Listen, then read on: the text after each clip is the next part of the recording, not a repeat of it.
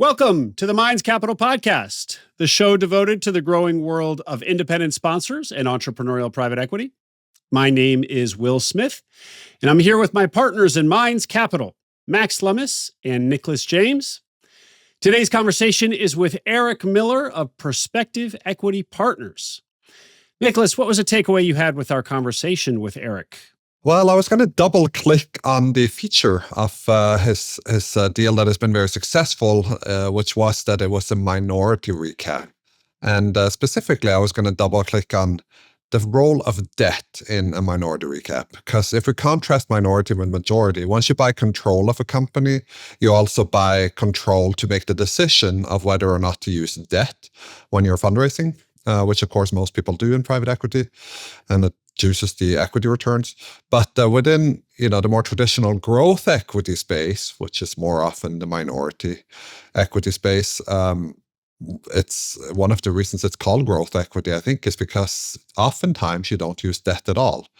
And so minority recaps in independent sponsor land are still few and far between.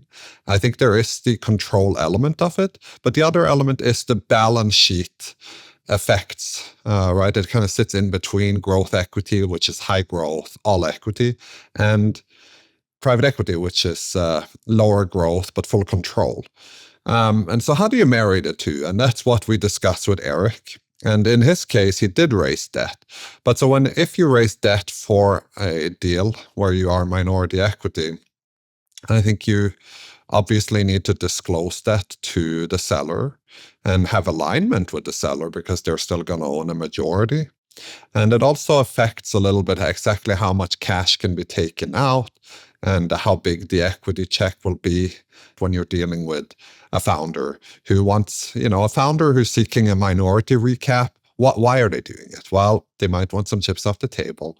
They might want a growth partner. They might want some equity or cash in the business for working capital or growth. But taking on debt where you still have most of your chips on the table, it's sensitive. So it's just a little bit of a unique situation, finding a deal where the founder is comfortable with a minority recap, a new growth partner, and debt all at the same time. And the hardest thing an independent sponsor does is to create alignment between all the parties and stakeholders. And this is just made all the more difficult when you have to convince someone on a debt instrument. And of course makes it more difficult also when you're raising the debt because the lender has to get comfortable with the control dynamics and the founder and so forth. So I just thought that was an interesting conversation. I don't know that we go super deep on it actually, but something worth considering and being very deliberate about for anyone looking to do a minority recap deal. One of the other interesting wrinkles to his deal, and this episode really is an analysis of this one investment that Erik has made, was how he recruited people from his network, old friends, old business associates, and at this point friends, to work in the business and work at, I think he said, under market salaries in exchange for an interest in the success of the business. And in this case, that interest came not in the form of equity in the business, which would be the more traditional way, but in his sharing of the GP economics with the folks that he recruited. So we listeners should pay attention to that segment as well. It's a slightly different approach than what you might expect. Max, did you have a takeaway from our conversation with Erik? It was a fun episode. And this business in which he invested is a consumer-facing business, women's haircare products, which at Minds Capital, at least I tend to kind of shy away from consumer businesses normally. But I liked Erik's take, and he has a great quote, basically, that's, if you're going to bet on anything consumer, it's women getting their hair done. So I think that explains and shows that there's really, consumer businesses are not all created equal. There are some very sticky segments of consumer-facing businesses. And when you think about women's hair care and women's hair products, I mean, that's something that he's right. It's happening during recessions. It's happening during COVID, regardless of whether we're having inflation. It's something that's extremely important. The products are sticky. The salons that they go to are very sticky. You'll rarely find women wanting to switch hairstylists on the fly. So it's it's kind of eye-opening to think about how sticky some of these consumer businesses really are. And another point that I really enjoyed was him taking sort of this undercover boss approach at the business in regards to corporate governance. And I guess in many of their C-level meetings, he asks, who's talked to the staff lately? Who's talked to the warehouse workers? Who's walked the floor? And what are they saying? And so it's this notion that to get an understanding of what's really happening at your business, it goes so far beyond just the spreadsheets and the quarterly reports. It's really what's happening with the culture. What's the gossip? If you really want to know what's going on at a business, talk to the folks that work there. And it's such a common sense thing, but I feel like that gets overlooked a lot of times in private equity world. And it's just a good reminder that it's so important to really have a pulse on the business at really the sort of the base level with the employees and the folks who are doing the tough work that keeps the business running. I love your point about the consumer business actually having this really durable, high quality revenue. In private equity, it's too easy and it's done too much that you generalize these entire categories, all of consumer or all of construction or whatever it is, and they have these bad reputations. And you really need to go 2 and 3 layers deep. I mean, he just talks about this product sold through like all the black swans, all the recessions. Like it was just incredibly high quality, durable revenue. And I, like you, Max, would have probably dismissed an investment like this out of hand because we don't touch consumer. So lesson learned. Lesson learned. Great. Before we get to the conversation with Erik, a reminder that at Minds Capital, we invest equity into independent sponsor-led acquisitions. Our check size ranges from 1 to 3 million, and we make about a commitment a month. So if you are a sponsor raising for a platform acquisition, submit your deal to us at mindscapital.co. And if you're interested in investing in Minds Capital as an LP, we also have a pre-registration form on our website. So if you're accredited, please fill that form out to be kept in the loop on our future raises. Again, the URL is mindscapital.co. Okay, here is the Minds Capital podcast with Erik Miller of Prospective Equity Partners. Enjoy.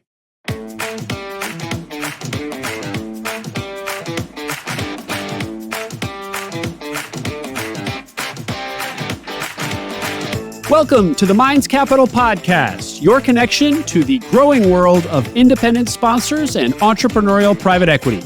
We are your hosts, Will Smith and Nicholas James. Erik Miller is based in New York and is the founder of Prospective Equity Partners, an independent sponsor that has built domain expertise in the consumer and haircare markets. Erik had a distinguished career on Wall Street starting in the 90s. And then during COVID, he decided to try his own thing and chase deals independently as a sponsor. His appetite for entrepreneurship was kindled early, following his dad around the Dallas Metroplex as a kid. Erik views himself not only as a financier, but also as a low-level psychologist who helps entrepreneurs go from good to great. We're going to hear all about that today. Erik Miller, welcome to the Minds Capital Podcast. Thank you. Thank you so much. I appreciate it. So tell us a little bit more about this childhood exposure to interest in entrepreneurship via your dad and going around Dallas. Yeah, I credit my dad for putting the entrepreneurial bug in me as early as I can remember when I was, 7 or 8 years old. My dad had started his own company called Dallas Communications Corporation. And back in the 80s, early 80s, this is back in the day when phones were tethered to the wall and you had to run wires through the ceiling. And these were PBX systems. And so I would go with my dad on the weekends and install phone systems in, high-rise buildings in downtown Dallas. And, that was my early introduction to entrepreneurialism. And seeing his lifestyle, the fact that he was running his own show, all of that was left a positive impression. Yeah. As you get older and thinking about what you want to do for the rest of your life type stuff, you start thinking about your childhood. And yeah, just remember how happy and excited and engaged my dad was having his own business. And, as I got older and I started working myself and not being happy and engaged and doing certain things, I would think about how prideful my dad was in having his own business. And a lot of the things that I learned over time, I'd always trace back to my father, even to the point when I started Perspective, 5 years ago. Um, so yeah, just being around my dad and hearing what I call, kitchen table conversations about how Mm, your how is your day, as simple as that question is, and the answers you get can go on and be quite emotional depending on how good or bad my dad's day was. My dad didn't have a 9 to 5. It was 24/7 because he lived and breathed his business, and that's something that as a kid you don't forget. that's great. Thank you for that. Well, Erik, we don't have time to get your story going all the way back to when you started on Wall Street. Okay. But it is a career that includes Wall Street, traditional finance, VC, private equity, proper, and now independent sponsorship. So maybe do take us back to the pivot into being an independent sponsor, especially since you'd actually raised a fund Yeah. in a former chapter there. Yeah. So when I left Chase Securities in high yield in the late 90s, like everybody in the late 90s, early 2000s, they wanted to get rich and become dot-com rich. And so I had known three guys in all places, Brooklyn, New York, who were looking to raise a private equity fund. And so I left Chase Securities and raised with three guys called Carthage Capital Group, $15 million in this institutional fund, and we actually had a deal in hand. So we kind of were an early stage, an independent sponsor back in the late '90s because we had a deal first, and we used that deal to roll into a fund, and we had some family office money, and that was kind of the precursor to our first fund called Carthage Venture Partners One, I believe it was. And so that was late '90s. And then fast forward 6 years later, I ended up joining John Utendahl, who's an African American investment banker, a pioneer in the space. And he was putting together teams of folks like myself who had, backgrounds in finance, but no real investing experience. Because again, this is, '90s, 2000s. So no one really had really strong track records. So this is back Mm. in the day when you could raise a fund without having a track record. I believe I was probably John's fourth or fifth asset management firm he put together called Utendahl Capital, and he had raised $60 million. And this is a 2011 fund. And so now you're talking of, two institutional funds kind of under my belt. So I'm learning a lot from different people, being the junior guy at Carthage to now being a partner at Uniworld, and also seeing and working firsthand with John Utendahl, who was masterful at raising capital. So you just think about all those experiences over the 10, 15-year time period. I'm starting to understand how to not only raise capital, but invest it as well. And give us a little aside on him for those who don't know who he is. I didn't, but he was a big deal, or is. Yeah, he's still a big deal. I haven't talked to him in years, so would love to see him. I haven't seen him since the Heat played. I forget who it was in the series a couple of years ago. He was sitting courtside seats, so John is still John. Mm. He's a legend, and so '90s and 2000 he was I might get this wrong, but he was one of the pioneers in Wall Street. So back in the day when African American folks were in Wall Street, they would primarily do municipal bond deals. So folks like M.R. Beale were fairly popular on Wall Street, but John was the first guy to do corporate bond deals. That he would get on, Walmart, the big names, and he'd get an allocation under Utendahl Capital Partners. And he had done so many deals. I believe he had a golf event that he would fly some executives down to Florida, and he was infamously known for this golfing event he would put on every year with some really big names. I think Ken Chenault was one of the major draws to his event. And so I never got invited, but I heard they were great events. And so I got to work hand in hand with John to understand how he would actually go about, fundraising. And I did that for a number of years. And you said he was masterful at fundraising. Well, what did you mean by that? And how do you apply that to your life today as an independent sponsor? So, John had this system for, now this is mid 2000s. So this is right around, I guess, when email started. He would have 3 or 4 assistants, and all they would do is work on his letters and his emails. And he would have a system around every day. Who did you call? Did you follow up? What did that last email said? It was a whole system around it. And, got working with him hand in hand, I got to understand how meticulous you have to be around fundraising and what kind of communications you're getting from the folks that you're trying to fundraise with. And then, John being John, he had a master way of using leverage whenever he could. John is, you don't know this, but John is at least like 6'6". He's really tall, very charismatic guy. And so he was just masterful. I have no better way to put it. There's certain people that come to your life that are just somewhat gifted in what they do. And John was one of those people. But it sounds like he built this system of outreach and with 4 assistants who are constantly in communication with prospects, LP prospects.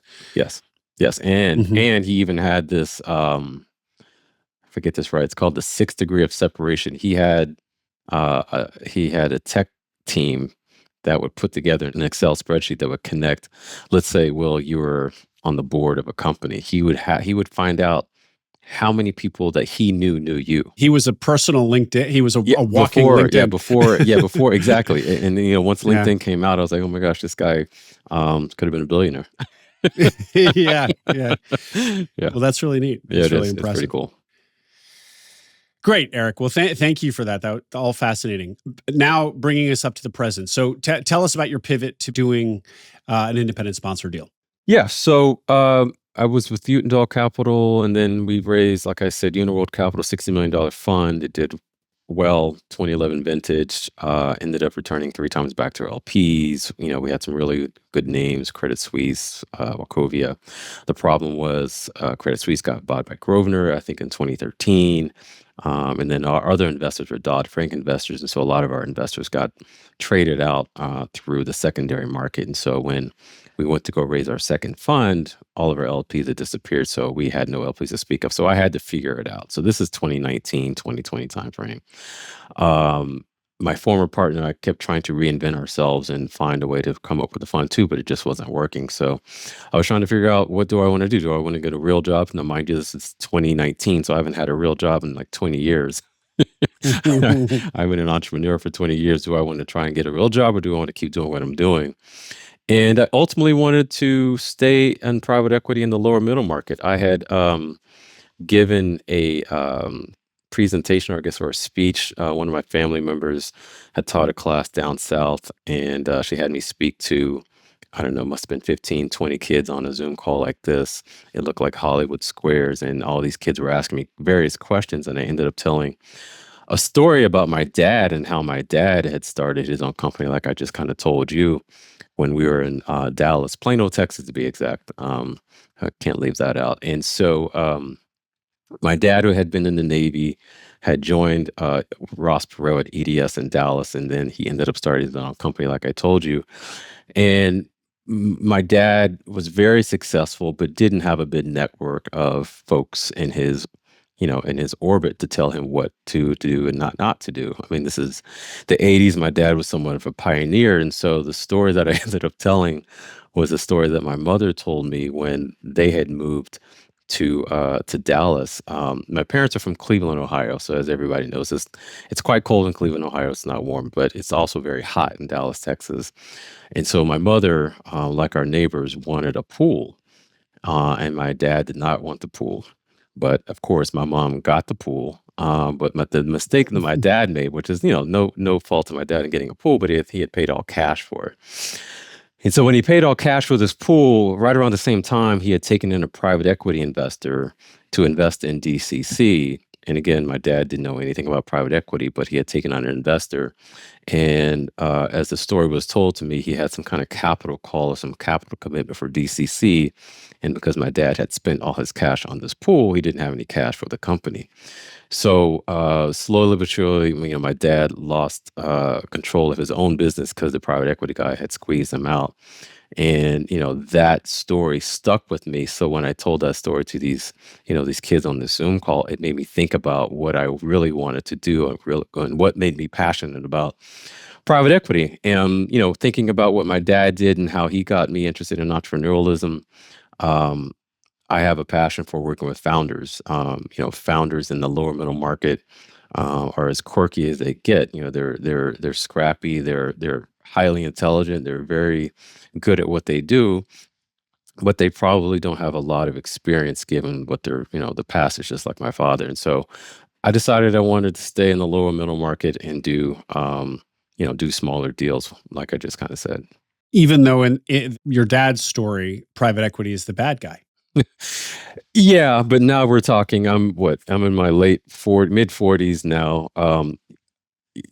But private equity always gets a bad rap when you say the word. We're not Michael Douglas private equity, we're not Gordon Gekko private equity. There's different levels to this, and there's different categories within private equity, and that's something I learned over the years. So when I was at Chase Securities, I was in high yield, and this is the '90s, and I got to see, Bain and those guys, uh, Tommy Lee, and a lot of the pioneers. I got to see the evolution of private equities from way back then till today. And so, I quickly learned that I could carve this, friendly niche of growing businesses, which is what I do. I'm not doing turnarounds. I'm not doing restructurings. I'm trying to partner with you to grow your business, right? So, hopefully I'm coming in as a friendly person and not as someone that's going to take your business. This feels like the perfect segue to talk about being a psychologist to founders. Well, is that this part where you but seriously, No, it where is. you I feel a mean, connection to them because of your dad and your own kind of passion and interest in the lower middle market entrepreneurship?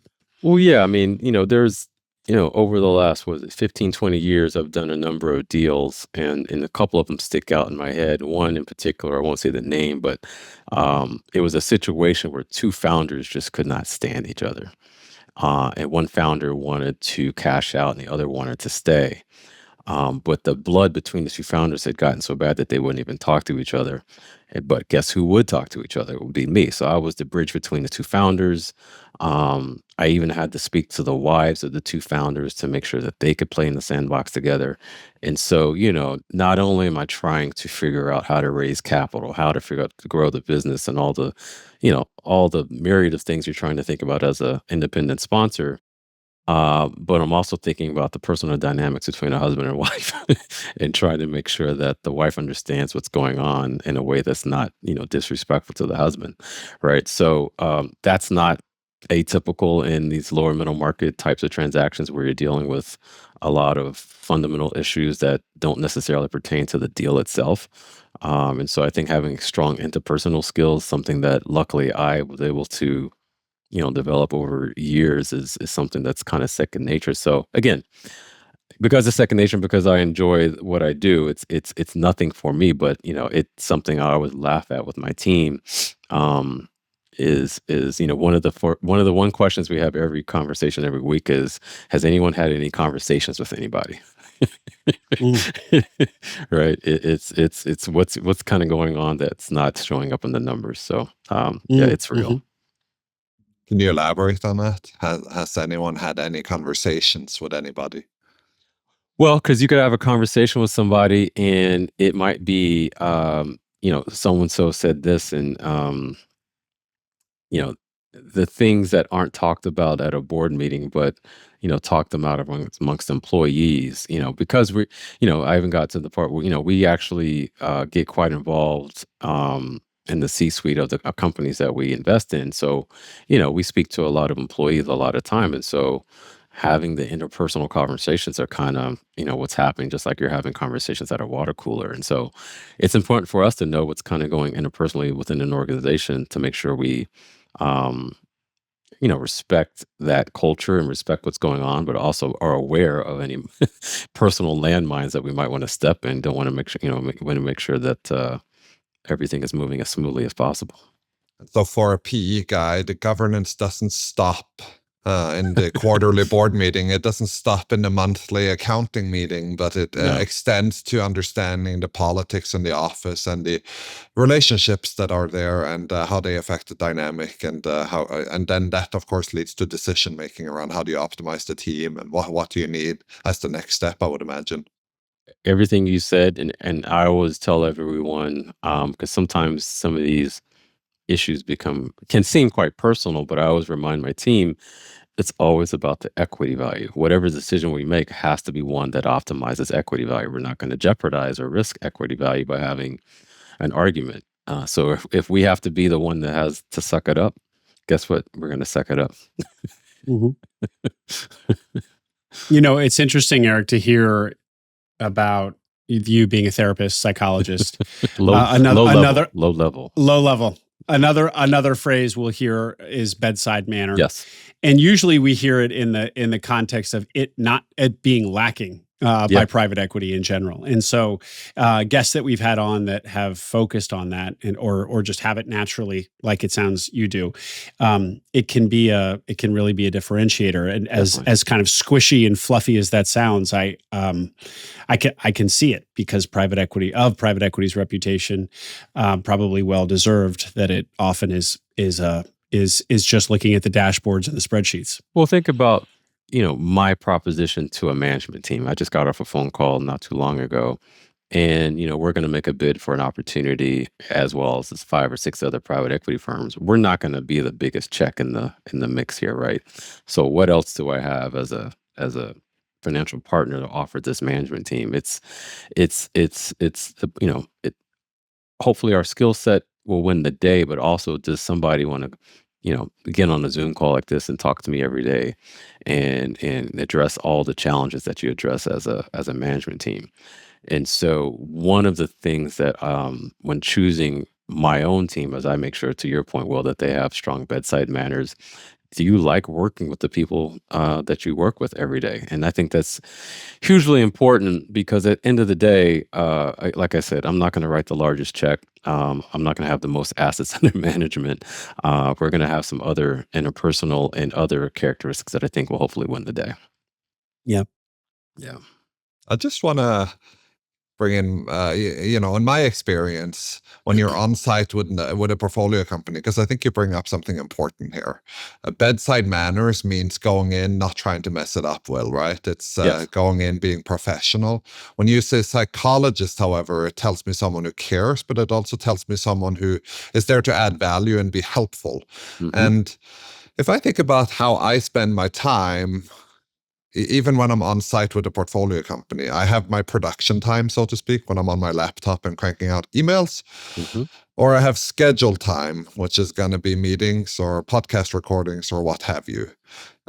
Thirdly, and a lot of CEOs and entrepreneurs and sponsors perhaps will say, "Oh, I have an open door policy," but what does that actually mean? Because just opening your door, it doesn't make you approachable. I think having an open door and not being on a call, so that people who have some confidence will walk in and say hi and take you up on your psychologist services, can be very helpful. Right. But where I'm going with all of this is that I found always a lot of value in unscheduled time, just literally walking around, checking in on people in various offices, walking out to the warehouse, and taking a few minutes to just get to know people, not because you have a task or a project you want to discuss, but you simply are walking around to socialize. And I think it's important, not just for culture building and cohesion and relationship building, but actually, to your point, I think you pick up a lot of intel when you do that, because people will slip, "Oh, I heard this," or "this customer said that." And there is some very valuable intel to be had qualitatively that you cannot pick up by going only to the monthly accounting meeting with the other executives. No, agree. There's a lot you said there, but I agree with you 100%.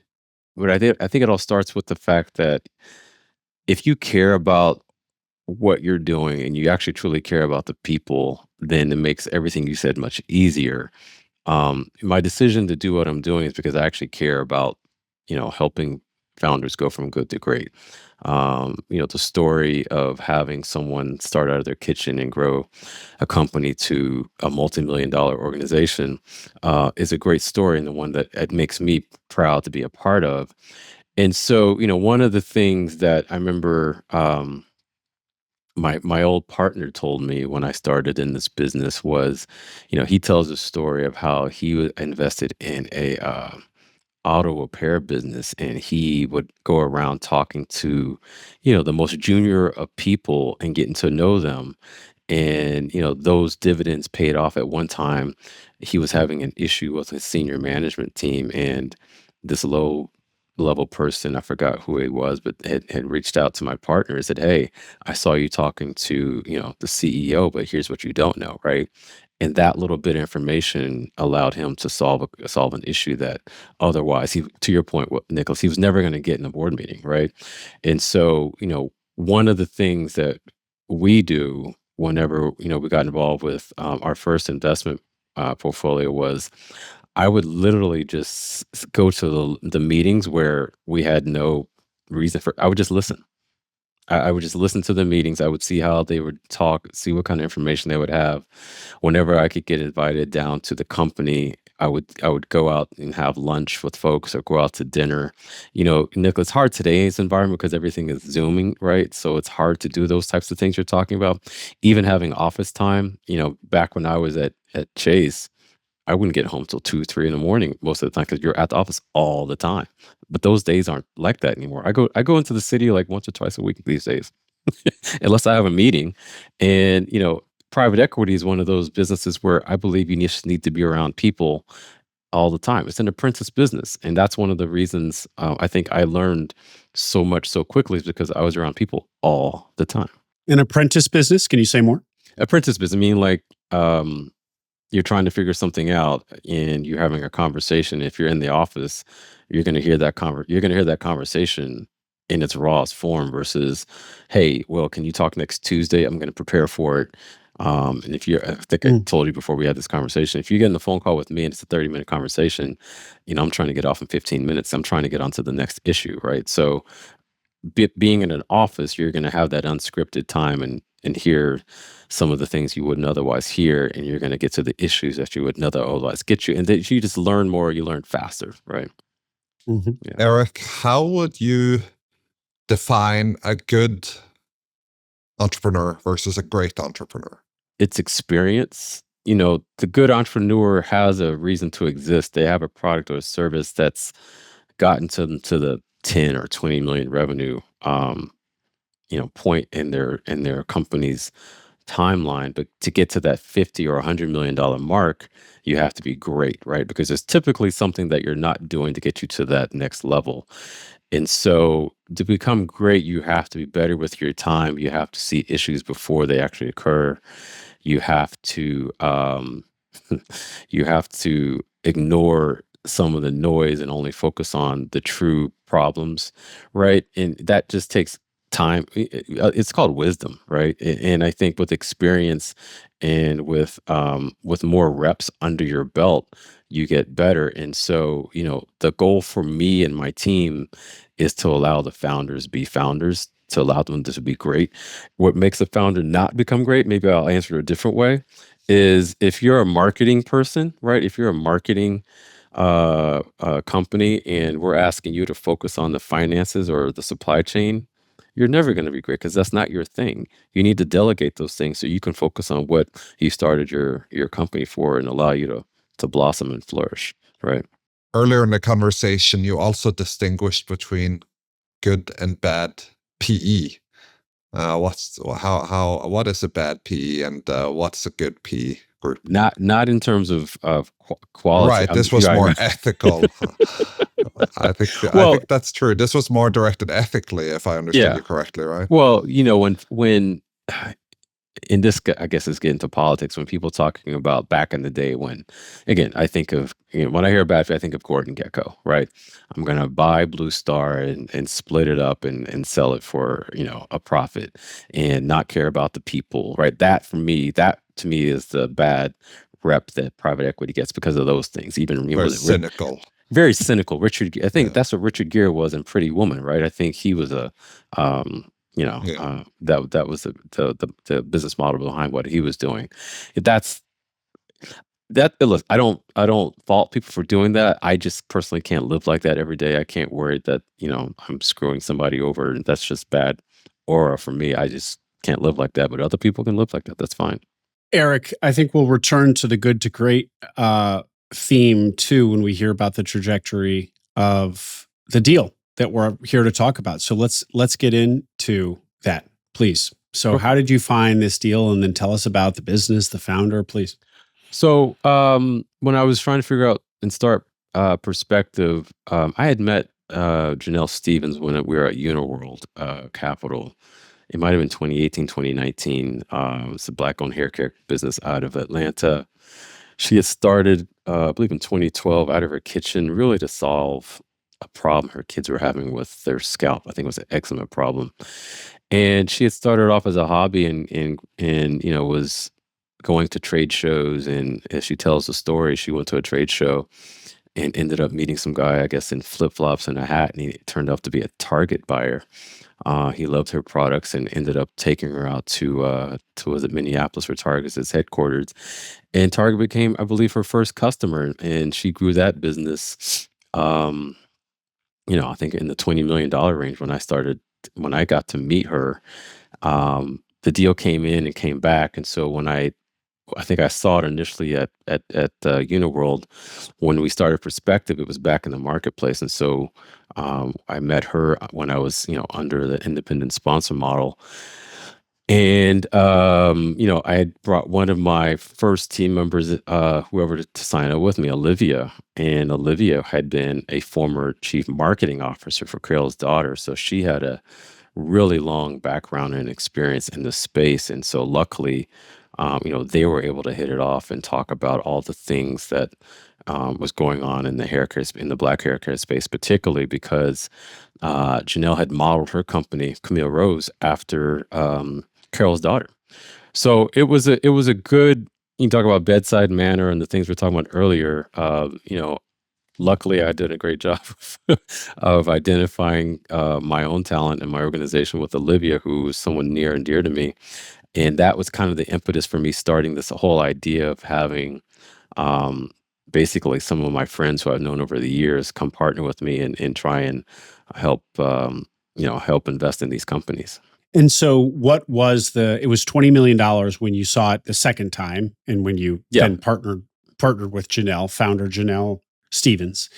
And what were they looking for? Growth equity or a traditional buyout, or what? No, just growth equity. Her resources in terms of the organization were quite thin. I knew she needed help in finance, operations, and just general C-level support. Just like any other lower middle market company, there's always one or two really talented people in the organization, but after that, um, for the simple fact that most of these companies can't hire a $300,000 C-level person, it's very thin at the top, and so that was what Janelle had told to us, that she needed help in, like, the finance area and really just organization.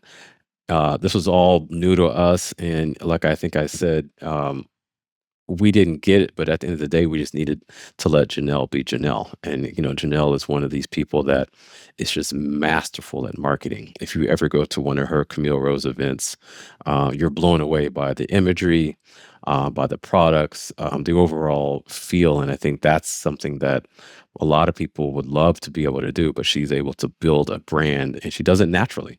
And, that's something that, I had to learn over time about that skill that she had. I had to basically let her just be Janelle, and she's done an amazing job.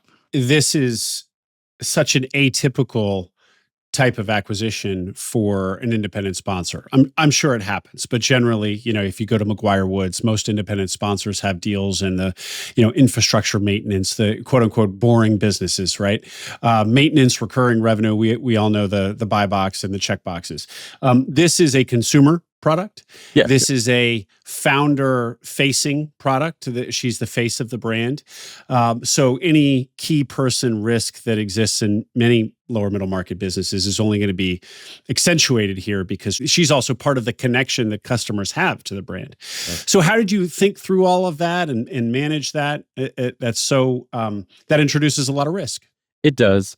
Just to make sure that we did not acquire. We're a minority investor. Janelle owns 60% of the business, so don't have control. So it's not an acquisition. We were looking to partner with her to help her grow, right? So from that standpoint, all the things you spoke about, key man risk and everything. When we're looking to help partner with someone to help them grow, it changes the dynamic a bit. And should anything unfortunately happen to the key man person, the team that I had together, if all that were to go wrong, we had some backup in terms of how to deal with that. It never happened, so thank God we didn't have to worry about it. But up until that point, all I had done was majority controlled deals in either Uniworld Capital or when doing the investment banking deals. The only things I've seen really were control type deals, and so this was the first time that we had to take a back seat in terms of all the governance and execution. So it was a real learning lesson, but one that I think today helps shape going forward on control deals, because even though you have control, I don't think you should always necessarily use it if it's not done wisely. That's an interesting insight, because what you're effectively saying there is it doesn't matter who has control. This has to be tactful either way and a partnership. Yeah, I mean, I don't know if you guys are married, but you don't want to make the decisions in the household all the time, right? Can quickly backfire on you. It's just like in business. I was gonna say that's not funny. But it's true. I mean, Yes. I look at these private equity deals as marriages, right? Because hopefully you're in and out in 5 years, not unlike a marriage. Well, some of them.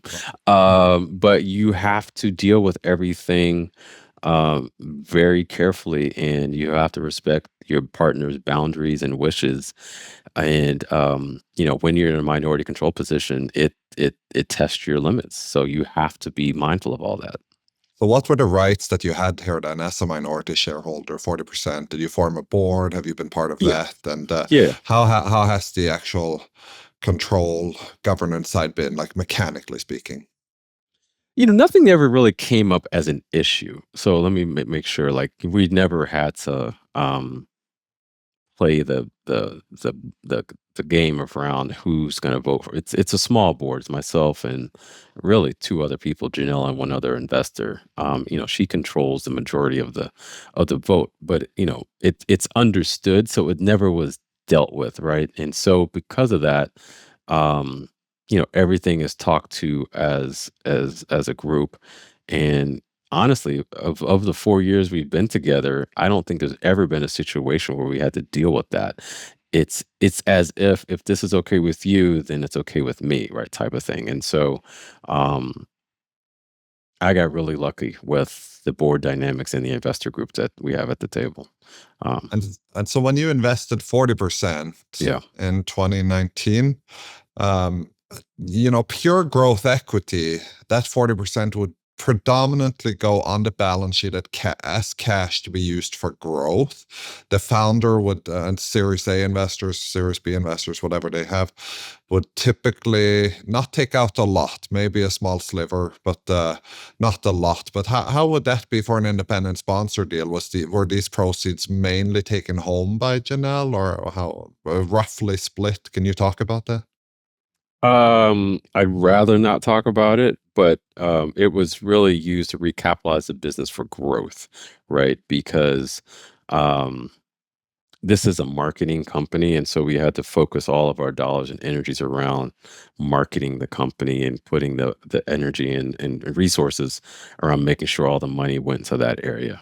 And so for Janelle, this was a big decision point too, right? I mean, selling your business, selling control is an arguably even bigger decision, but it's still a big decision to take on partners and dilute yourself in exchange for cash and partners. Um, the journey since then, I believe, has been a very positive one for the company Oh, overall. But yeah, well, what would the path have looked like if you hadn't partnered for her? You know, she was growing. She was a growing company already. What do you think the path would have looked like for her if she hadn't partnered and taken on you at that time? Well, assuming she didn't choose a partner, because she was talking to other folks. Without having a financial partner for any entrepreneur at that stage, there would be more growing pains, right? You'd have customer issues, you'd have supply chain issues.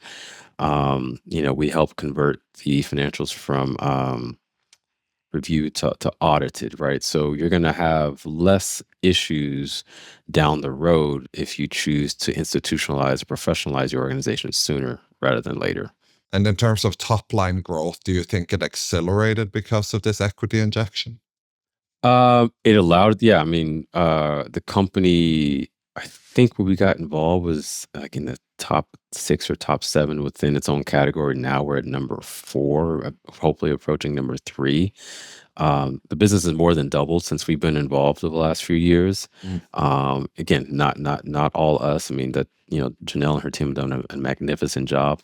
But like I said, we allowed Janelle and her team to be Janelle and focus on what the brand is really good at, and that's creating new products for women that have certain needs for hair care needs in this marketplace. And she's does a masterful job of reaching them and communicating to them. When you first screened this deal, it's a product deal, CPG. How was that?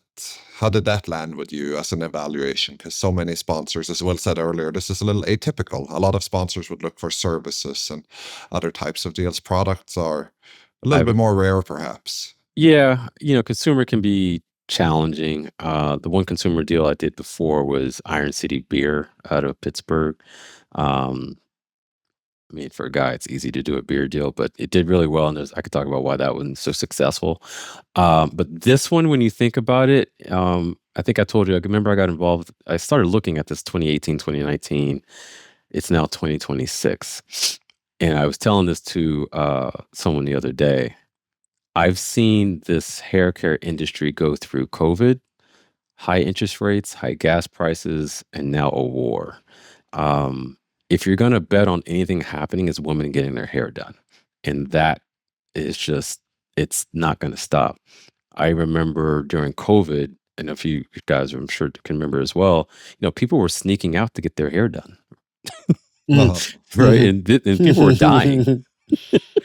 So, so if you're going to bet on consumer, I think there's certain pockets that I think you should feel more comfortable playing. And for me, this part of consumer where you're betting on, you know, this trend of women wanting to look good and smell good and do all the things, the characteristics of this particular brand, Camille Rose, is it's healthy, it's all natural, it's good for you. It's speaking to particular needs that you have in the marketplace. It transcends race because it's dealing with hair type. It's not just dealing with ethnicity. So there's a lot of things when you think about this particular area of consumer that have a lot of good favorable characteristics that I think could continue for the next foreseeable future. And Erik, for a brand like this, if she's already on the shelves at Target, what are the levers of distribution? Obviously, Walmart would be the next big one. Was it already D2C? Was she already selling it via the website, sort of thing? How do you grow a CPG, a youngish CPG company? So, because she started off the way that she started off, she went through a distributor, right? So this one distributor called Ultra, they represent Target and Walmart and others. So they got her into those doors. So that represents the majority, how she got started in the business today. So honestly, well, where the company has a lot of opportunity is online. Online, the independent retail channel, which I don't know if people understand. The independent beauty supply channel is just as large as the U.S. retail market for this particular area of hair care. And so when you hear certain metrics around, U.S. retail and this segment is flat to down, it's because it's growing either online or within this independent community, which is like, I think I just heard today, it's 4,000 stores nationwide that are all fragmented. There's opportunities internationally that just to start to scratch the surface as well. Going back to the point about being a minority shareholder, Yeah. how did that affect the fundraising for you as an independent sponsor? Great question. Initially, we were going to try and do a control deal. And I apologize, I can't remember all the dynamics. As an independent sponsor, I'm sure that those folks will understand that the field keeps changing every week. But what I found to be quite successful was reaching out to the mezzanine lending community. So a lot of the mezzanine lenders in today's environment will lend you whatever you can get on the debt, but also have co-investment dollars attached to it. And so I was able to partner with the group Ironwood out of Connecticut, great guys, and they brought other co-investment partners to the table. And one of the groups that we ended up bringing was a group that's no longer around within Goldman Sachs that had a particular focus in this area. So I'm not gonna lie. So this is 2021, 2022. That environment is exponentially different than today's environment. I just came from the iGlobal conference down in Turnberry a couple weeks ago. And I'm not gonna lie, I probably met 50 investors I had no idea invested that were even out here. And so the independent sponsor model for these types of deals has just grown so dramatically. It's today it's much easier than it was back then. And that was only 5 years ago.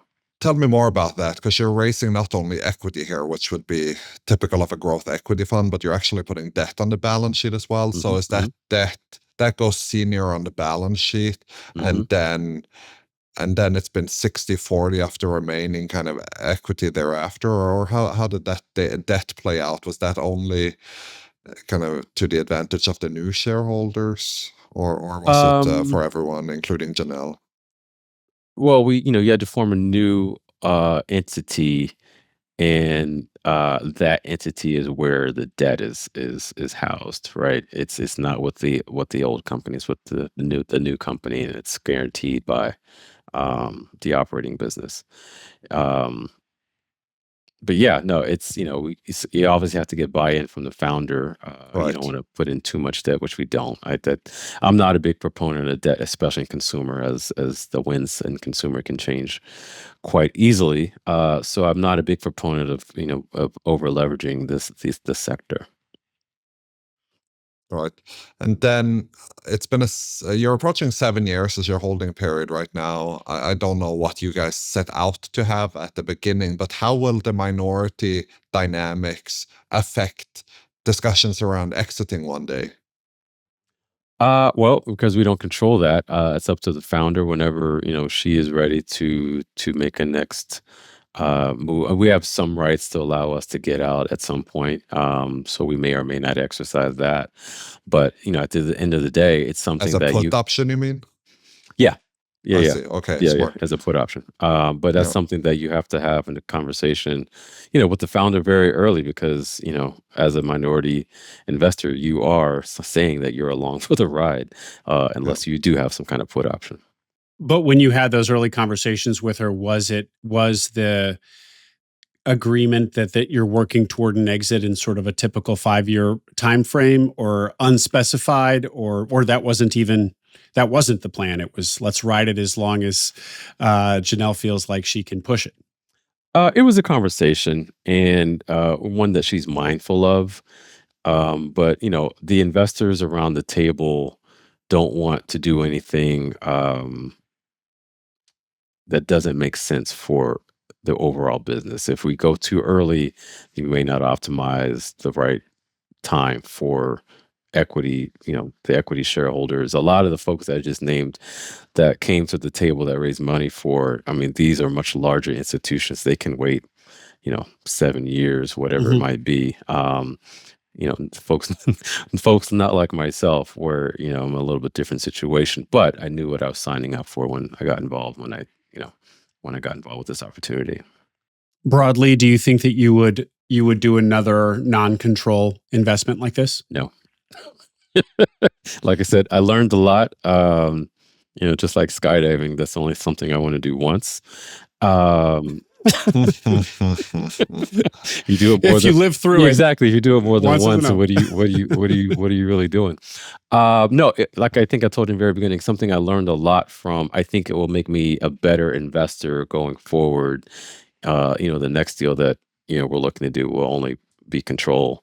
Um, just because some of I got lucky. And I'm not gonna lie, I got lucky in doing this. I can see where could have gone wrong in a lot of ways, but it didn't. I partnered with a great entrepreneur, and I brought some great investors, so I got really lucky. And I know that doesn't happen all the time. Yeah. Yeah, Yeah. So while it's gone well in this case, it's also been exposed to you like where it could where have it could have gone wrong. Exactly. yeah. Yeah. And then returning to her trajectory as an entrepreneur, and to the extent that you've helped the business professionalize, grow, et cetera, can you now apply your good to great kind of philosophy on this particular case study? Oh, definitely. She's great. She's a rock star. If you ever get a chance to meet her or see her in person, you really should. She's a dynamic individual. I would love to say that I had some say in that, but no, she's definitely exactly what I got into this business 5 years ago. She is the epitome of what a founder can do with determination, and a lot of skill. So no, she's exactly someone who's gone from good to great. But Eric, when you described earlier that the business, when you came into it, it was lean. It was lean Lean. at the top, Yeah. and so part of partnering with her was to bring in not only the equity infusion, Yeah. but presumably your ability to help her professionalize the business. Yeah. We talk about professionalization as this big step. Does she, the person, also professionalize? And I use that delicately because it sounds like she was unprofessional or something before, but Yeah. I don't mean it that way. Right. Just her exposure to what you can bring to the table, does that up level her? Well, definitely. So our business model is part of my team and some of my board members came in at various times and served in the C-suite. And so as we did so, and then as we stepped away, the company was able to hire their own talent in those C-level suites. And so, as the company kind of forged those positions as it does today, we now no longer have any kind of active C-level role within the organization. And so, yeah, a lot of the lessons that were learned in hiring these folks by us being in those positions at various times kind of shaped what type of people should be in the organization. It's a very different type of company today than it was when we got involved. And definitely, I think our involvement helped shape that. And so, with that imprint, they're able to kind of operate on themselves and, they're running board meetings by themselves, whereas at the very beginning, we were running it and we were setting the Mm. agenda and doing all the things that you do. And now, I get an email a day before the board meeting and I make comments, right? And so and that's exactly what you want to do. I mean, the goal was for us as perspective to just be a passive board member. We weren't that in the Mhm. beginning, but we are today. And that Mhm. for me is success. And you relied on your network quite a bit to Yes. find some of these hires, isn't that right? Yeah. Yeah. I guess the part I didn't say when I started, I was calling my friends. So that network was really a lot of my friends, folks that, so at the time when I started, I was in my mid 40s. So a lot of my friends were doing much better than I was professionally. And so, one by one, when I was telling people what I was looking to do, a few of them said, if you need help, just let me know. And so there are a number of people on my board. If you go on our website, you see like 10 people on my board. Those are the people that I took that offer up on. And so some of those folks actually sat in the C-suite at Camille Rose, and they're very active with me today. And that network is really just my friends because I couldn't pay them. right? What did that look like? Can you share some of the Yeah, yeah. mechanics So there if the you people that, couldn't pay them? well, yeah, I couldn't pay them, but we share in the equity. So, the carry that we do earn from any proceeds on an exit, I split with my team. So that's how I'm able to bring these C-suite folks onto these companies at a much lower price than they should otherwise get paid. A question for you both. Is that something, is there a pattern for that sponsors where maybe there isn't enough earnings coming out of the business to build out of a market price C-suite, that you'll recruit and offer equity as part of the compensation package? I mean, obviously equity as part of the compensation Right. package is common, but a big significant material, maybe the majority of the compensation package, is that something either of you have seen? Um, I've never seen it. I can't tell you how I patterned that idea. It just came to me back when we started. I knew, well, first of all, I knew I couldn't pay them anything that what they were due. Being a lean shop, I don't have to take so much of the economics for me to have a good life. Mhm. So you put all those factors into the equation, and as long as I can keep doing what I'm doing, a couple deals a year, um, um, and finding good opportunities, and the team is everything, right? Having good friends that believe in you and believe in your vision is what really helped me get to where I am today. Full stop. I think it's very innovative. I too haven't really seen it anywhere. And I wonder if it's related to the minority dynamic here, Eric, and you may correct me, but there's only so much capacity the business has in and of itself. But even if it had the capacity, there's only so much control you have of the expenses. And Hmm. so compensating them out of your GP share on the back end is kind of a pool that you control and can Yeah, do so effectively. It's yeah, also a way, of course, for you to add value here and deliver on what you promised to Janelle as a partner. And so sharing in those economics is effectively your cost of doing business and delivering on what you had sold. And so that's I fair. think it is very clever, but it's not something you see. So typically employees in a company will be compensated at the company level.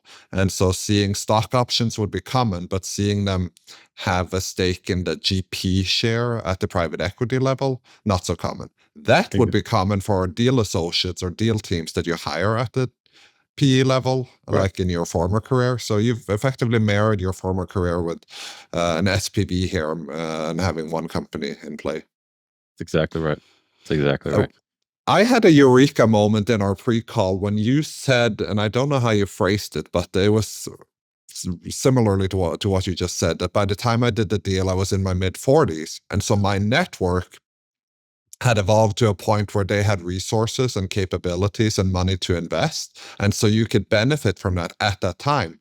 And it was a eureka because the network isn't static. Even if you don't add people to your network, they grow and they age with you a little bit. So when you're slightly older, and mid 40s isn't old, but yes, it's quite different from being a 30-year-old That's searcher who right. doesn't That's right. yet have a network of C-level executives that they can plug and play, or investors like their friends who are willing to put 100 or 200K on the line because they know you and have known you for 20 years. So I thought that was an interesting observation. The only reason I was able to do it and make it out here for so long before getting a deal done, which was about 2 years, is like you said, Nicholas, one of my good friends who I've known for 20 years helped finance the operations to keep the lights on until we got the deal done, right? 20 years old, 30 years old, none of your friends are doing that for you. 40, 50, when your friends are at the level, you know, maybe not by himself, but at least a couple of your friends can help you write a check if you have that kind of relationship with them. So, perspective where it is today is a full circle opportunity for me of having, not only good ideas but really good friends, right? And so the friends is really what helped me get to where I am today. Mhm. Yeah. A master capital raiser, learning from Utendahl, Udall. Utendahl, Udall? yeah, John, wherever he is, Udall. I would love to catch up with him. Yes. Great, Eric. Well, congratulations on this deal. You said you've doubled revenue during the whole period thus far. You bought it, you acquired, and you said 22? Yeah, into 2022. So we're coming up here on almost 4 years now. And so revenue's in the 40-ish million? Much range? higher. I won't tell you exactly, but it's kicking ass. Yeah. So you've more than doubled. I said more. I thought I said more than doubled. Yeah, more than doubled. Oh, you may have. Yeah, more than okay. doubled. They're doing extremely well. Yeah. Usually when entrepreneurs or investors say more than doubled, it's just like a It's just smidge right there. or maybe even it was right there.